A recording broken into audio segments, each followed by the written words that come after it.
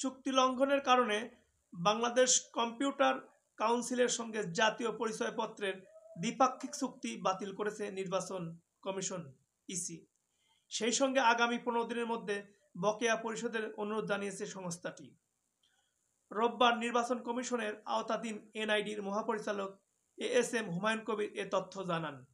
তিনি বলেন, নির্বাচন কমিশন থেকে এনআইডির তথ্যপাত্র যাচাই সেবা গ্রহণকারী সরকারি বেসরকারি প্রতিষ্ঠানের সংখ্যা মোট 183টি, যার মধ্যে বাংলাদেশ কম্পিউটার কাউন্সিল অন্যতম। এএসএম হুমায়ুন কবির আরও বলেন, গত 2022 সালের 4 অক্টোবর নিবন্ধনের মাধ্যমে তথ্যপাত্র যাচাই বিষয়ে নির্বাচন কমিশনের সঙ্গে বিসিসির দ্বিপাক্ষিক চুক্তি হয়। চুক্তিপত্রের শর্ত অনুযায়ী তৃতীয় পক্ষ কমিশনের তথ্যপাত্র কোনো অবস্থাতেই অন্য কোনো ব্যক্তি, সত্তা, পক্ষ বা প্রতিষ্ঠানকে হস্তান্তর, বিনিময়, বিক্রয় কিংবা অন্য কোনো পন্থায় প্রদান করতে পারবে না। কিন্তু বিসিসি তা লঙ্ঘন করেছে।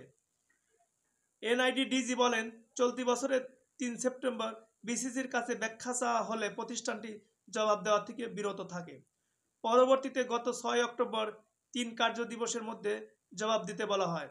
এতে যে জবাব দেওয়া হয় তা নির্বাচন কমিশনে সন্তোষজনক নয় মর্মে গণ্য হয়েছে।